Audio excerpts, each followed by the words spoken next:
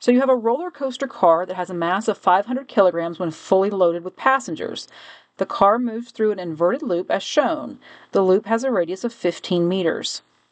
If the car has a speed of 20 meters per second at point A, and it looks like 15 meters per second at point B, what is the force exerted by the track? Well, force exerted by the track, that's a hidden kind of force, right? That's your normal force, so Fn. So let's look at point A. We want to know the Fn, so this is going to be A. So at point A, we have a roller coaster car. The normal force is pointing to the center. Gravity is pointing down. So the centripetal force is equal to the Fn minus the Fg. So we're going to be looking for Fc. So let's mv squared over r equals Fn minus mg.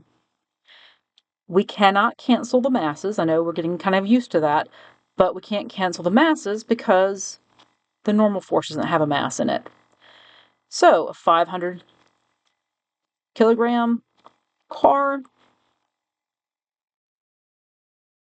20 meters per second squared. The radius was 15 meters. And I'm going to go ahead and move that mg over, so plus 500 times 9.8. And this becomes important because Fn is that feeling of being pressed into your seat. Notice that we're taking, well, golly, the centripetal force, Fc, and we're adding Fg to it. So your normal force is going to be greater than your gravity, your weight. And it's the combination of those two. Again, that's why you feel pressed into your seat. So when you complete all of this, do all the math, you wind up 18,233 newtons is your normal force. So that is the pressing into the seat you feel. So let's look at part B. Part B says we're going slower at the top, 15 meters per second. What is the normal force? So let's go to B. So let's draw it out.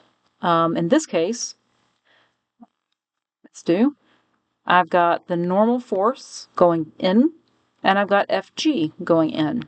So Fc will be equal to Fn plus Fg. And I know that they're both positive because the center is down here somewhere, and remember, positive towards the center. So let's rearrange this initially. Fc minus Fg is Fn. So no matter what, we're going to have a lower normal force than we did before. So mv squared over r minus mg equals Fn. Cannot cancel those m's. You can pull them out, but I don't see why you'd want to. 500, 15 squared over 15 for your radius. That's a little unfortunate. 500, 9.8. That's your normal force. And when you do all that math, that is 2,600 newtons.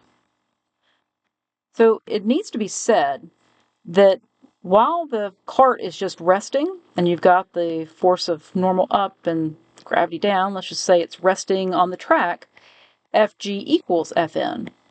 But we're not resting, we're going in a circle. And if we're going in a circle, we're accelerating. So we do not have balanced forces. This is just at rest. Another at rest over here. So in this case, we're getting much, much greater than Fg. And in this case, we're getting less.